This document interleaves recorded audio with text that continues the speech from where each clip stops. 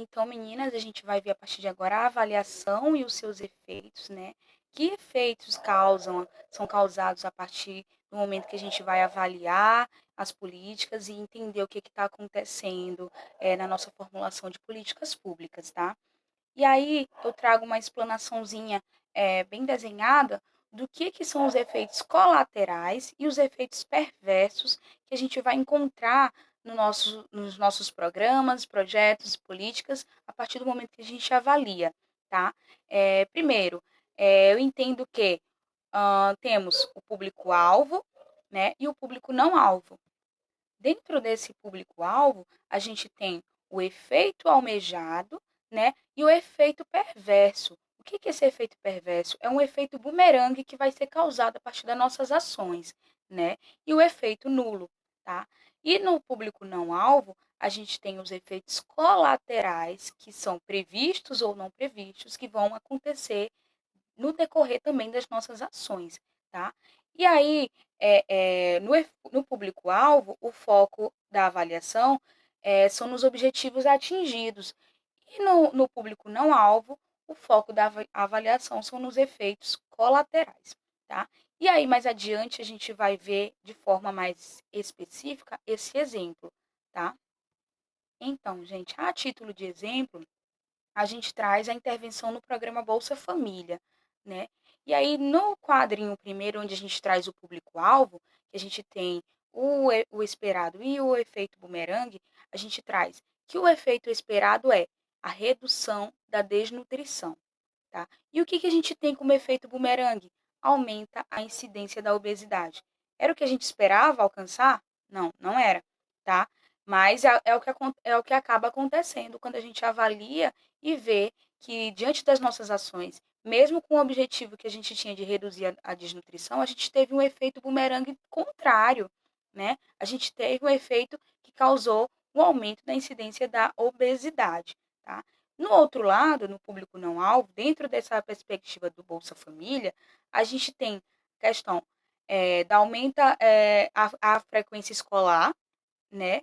E, por outro lado, a gente tem a subdeclaração de renda, né? Pessoas que não querem declarar renda de trabalho de carteira assinada para não perder o Bolsa Família, tá? Então, são efeitos colaterais que acabam sendo causados diante das nossas ações, mesmo a gente não pretendendo que esses efeitos acontecessem.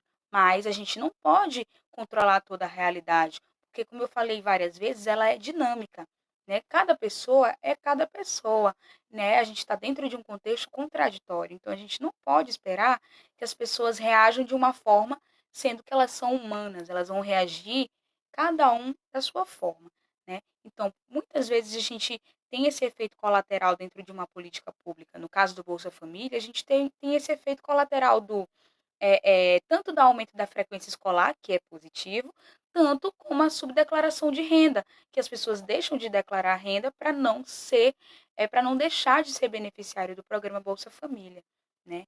E aí é muito perigoso. Eu trago como exemplo uma questão de uma mãe que está com um filho isso falando de um outro programa, uma mãe que tem um filho deficiente, e essa deficiência ela foi avaliada pelo médico e o médico viu que ela podia ser revista, né? Que essa deficiência ela poderia voltar, o filho dela poderia voltar a ter um corpo normal. A deficiência, por exemplo, era no pé dele, tá? Então, com o tratamento adequado, o uso de botinha, ele poderia ter a normalidade de volta e assim ela não precisaria mais receber o benefício do governo, que era o BPC, tá? Para deficientes. E aí a escolha da mãe foi: eu não quero que meu filho faça o tratamento, que meu filho faça um tratamento para reverter essa anomalia dele, porque a partir do momento que ele vai fazer o tratamento, eu vou perder esse benefício. Ou seja, o que entra em questão, né? É a mãe que prefere deixar o filho sendo deficiente para poder não deixar de receber um benefício, ou uma mãe que está ali disposta a ajudar o seu filho a ter sua vida normal de volta, tá? Então, isso entra bem na questão desse efeito colateral da subdeclaração de renda. Várias pessoas deixam de declarar sua renda para não perder o Bolsa Família. E aí a gente tem a classificação da avaliação, né? Quanto à pergunta avaliativa, o que que a gente avalia? O que que se está avaliando, né? É o diagnóstico, é o processo, é a utilidade daquela política, né? É o diagnóstico a gente fez de forma correta, a gente pode confiar naquele diagnóstico que a gente fez, tá? Essas perguntas são essenciais. A gente se classifica a avaliação também quanto à finalidade com que se avalia. Para que a gente está avaliando aquela política, né?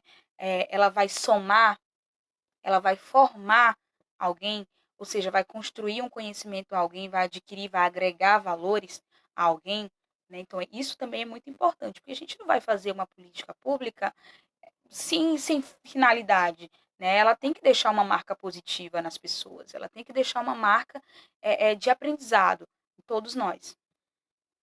E aí a gente avalia também quanto à metodologia de avaliação, como que a gente está avaliando, né? A gente se pergunta como é que a gente está avaliando de forma quantitativa, os dados, os números que eu obtive diante daquele projeto, né? A forma qualitativa. Que impactos qualitativos eu alcancei naquela realidade, né?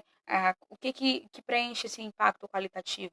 Os aspectos sociais, os aspectos econômicos, o contexto em que aquela realidade está inserida ele mudou para melhor? Ok, né? E a gente pode também ter métodos combinados, tanto qualitativo como quantitativo, utilizar os dois de forma que se complementem, né? Até porque é importante a gente saber os números para a gente ter uma noção, né? A gente vai ver isso lá na frente nos indicadores, tá? Quanto ao tempo de sua realização, né? Quando se avalia? A gente se avalia de forma ex ante e forma ex post. O que quer dizer ex ante? Quer dizer que a gente está avaliando para aquele programa, aquela política, antes da sua finalização. A gente está avaliando durante todo o seu percurso, né? A gente está avaliando antes do encerramento, tá? E ex post é a avaliação que a gente faz após a implementação da política, né? Que resultados tivemos após a sua implementação? Tivemos resultado positivo? Tivemos sucesso? É aí que se adentra essa questão do ex post. E aí, dentro desses aspectos, a gente tem a avaliação normativa, né, que a gente aprecia a estrutura, aprecia o processo todo da formulação de políticas públicas e aprecia também os resultados. Ó, o galo já está cantando ali. Então, dentro dessa avaliação normativa, a gente tem os recursos são adequados para que se obtenha o resultado. Isso a gente também já cansou de bater na tecla. Todos os recursos que eu vou utilizar, eles são adequados, eles são suficientes para eu ter minha resposta lá na frente, no final da minha política, né? Os resultados obtidos correspondem ao resultado almejado. Eu tive essa compatibilidade nos resultados, no que eu planejei, com o que eu consegui, né? Isso é importante a gente avaliar. E aí eu trago um exemplo bem interessante para vocês na questão da formulação do problema. A gente tem que estar atento para não formular um problema que seja ineficaz, que a gente não vai ter uma resposta diante daquele problema, né? A gente traz a falta de ônibus escolar versus crianças da área rural, da região, versus não frequentam a escola. Então, o problema que a gente formulou é: por que as crianças não frequentam a escola? Porque falta ônibus escolar. Porque é ônibus escolar para as crianças da zona rural, né? A falta de ônibus escolar é uma solução pré-concebida, né? E qual que é o problema real? De que forma a gente tem que formular um problema real, né? É só a falta mesmo do ônibus escolar que faz com que haja essa evasão escolar das crianças da zona rural, né? A gente tem que se perguntar isso. Então, para que a gente não caia no erro de formular um problema mal feito e ter respostas mal feitas, a gente tem que estar sempre se perguntando, né? Crianças da zona rural, da região X, não frequentam a escola. Por que elas não frequentam a escola? Será que é só pela falta de ônibus? Vamos ver, né? A gente tem N perguntas que a gente pode se fazer. Por exemplo, a crença dos pais na irrelevância do currículo, ou seja, muitos pais da zona rural ainda têm aquela visão fechada de que as crianças não precisam estudar porque elas não vão ter um futuro. Como eles não tiveram um futuro, meu filho também não vai ter. Então, o currículo ele é irrelevante, tá? As crianças trabalham na zona rural, né? Elas estão, por exemplo, a gente vai se perguntar, por que você está faltando à escola, meu filho? Aí ele vai dizer, ah, tia, porque eu estou sempre na roça ajudando meu pai. Então, a realidade dessas crianças da zona rural, ela é bem diferente. Há a presença do trabalho infantil lá na zona rural, na questão da roça, de ajudar os pais no plantio e etc. A questão da educação de baixa qualidade, né? Os pais não deixam as crianças irem para a escola. Essa questão dos pais não deixarem as crianças irem para a escola entra na questão também da crença dos pais, da cultura dos pais, de não ter, não enxergar na escola uma visão de futuro, né? Até porque eles pensam numa visão de futuro imediata. Eles querem que o problema da pobreza deles seja resolvido imediatamente, não é a longo prazo. Então, estudar não vai resolver, não vai te encher a barriga hoje. Para tu estudar, tu vai ter que levar um tempo até que tu se forme, até que tu preencha esse tempo estudando mais e mais para poder ganhar dinheiro, vai demorar muito. Então, para eles, isso não é solução, né? As crianças têm dificuldade de acesso à escola. Quais são essas dificuldades? A estrada, né? As chuvas, né? Qual é o acesso? Ônibus entra ali naquela zona rural, então tem várias questões que envolvem a pergunta de por que as crianças não frequentam, por que as crianças da zona rural não frequentam a escola. Não é simplesmente por falta de ônibus. A gente tem que desmistificar essa questão de formular um problema diante de uma coisa só. A gente tem que se fazer várias perguntas para poder se chegar a uma formulação de um problema bem amplo, de um problema que depois a gente consiga resolver de forma integral e não só uma questão só. E aí outras questões que envolvem isso também é a questão de que a escola não oferece todos os anos escolares. Muitas podem ter conhecidos que deixam de frequentar a escola, por exemplo, ah, mas a escola ali que ofertam para o meu filho, ele só vai até o pré-escolar, não atende o ensino fundamental. Então, meu filho não vai estudar mais do que isso. Eu não vou colocar meu filho numa escola distante, né?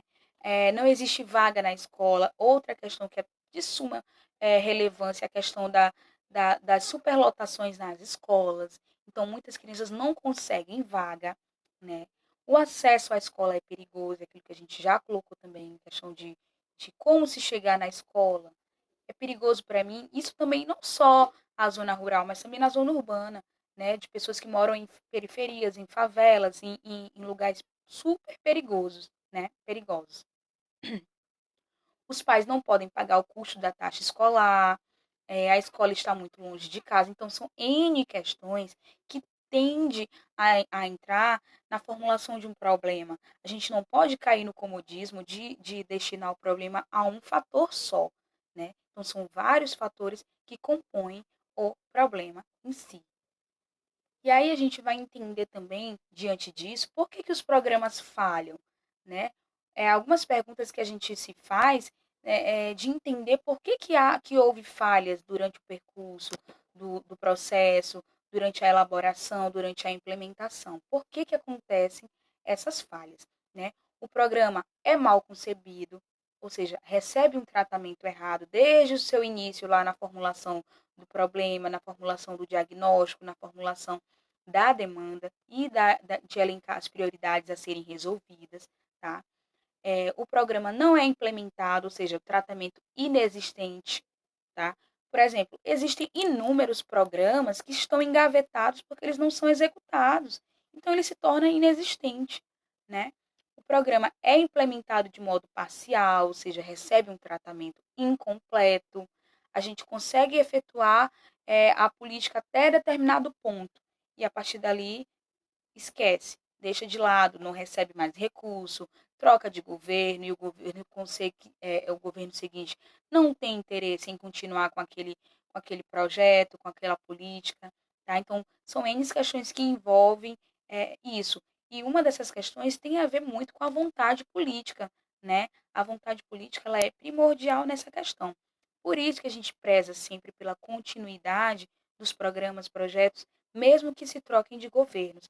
Porque quem é o beneficiário não é o político, né? Tem que ser a população, né? o programa não atinge a quem deve atingir, ou seja, é um tratamento cego. Lembra lá naquelas primeiras aulas que eu falei, quando a gente não conhece a realidade, a gente comete o erro de se intervir cegamente, por quê? Porque a gente vai formular um projeto sem conhecer a realidade e acaba que não vai atingir quem deve atingir.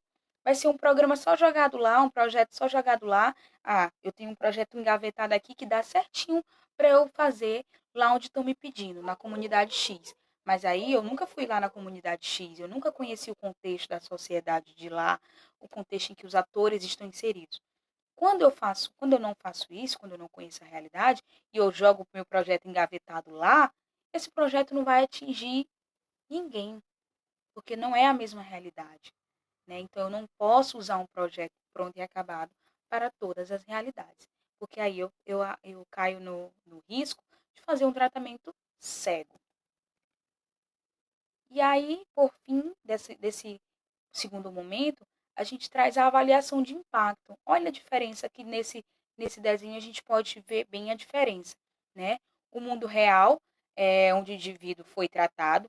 Antes da intervenção, a gente tem um modelo de indivíduo. Depois da intervenção, a gente tem outro modelo de indivíduo. E isso a gente vai observar na nossa avaliação, né? Que impacto que eu causei naquela realidade daquele indivíduo. Ele foi transformado, tudo que eu conseguia, que eu queria atingir como objetivo foi atingido e ele foi transformado para uma pessoa melhor, para uma realidade melhor, né? Então, se eu observo isso, eu consigo ter essa visão aqui depois da intervenção, se eu conseguir ou não alcançar meus objetivos. Diferentemente, quando o indivíduo não foi tratado, quando eu não observo isso na avaliação, eu não vou saber a diferença, né? Eu não vou saber o que, que eu fiz, se o que eu fiz impactou de alguma forma naquele indivíduo, naquela comunidade, tá? Então, tudo isso é importante. A avaliação é importante nessa questão do impacto, né? Porque o meu propósito, diante da formulação de políticas públicas, diante da formulação de um projeto, é impactar a realidade para que ela seja melhorada. É sair de uma situação, um problema, para a superação daquele problema, né? Então, quando eu avalio, eu consigo enxergar de forma melhor se aquele meu objetivo foi alcançado, se eu tive uma melhoria depois da minha intervenção ou não, a partir da minha observação, tá bom?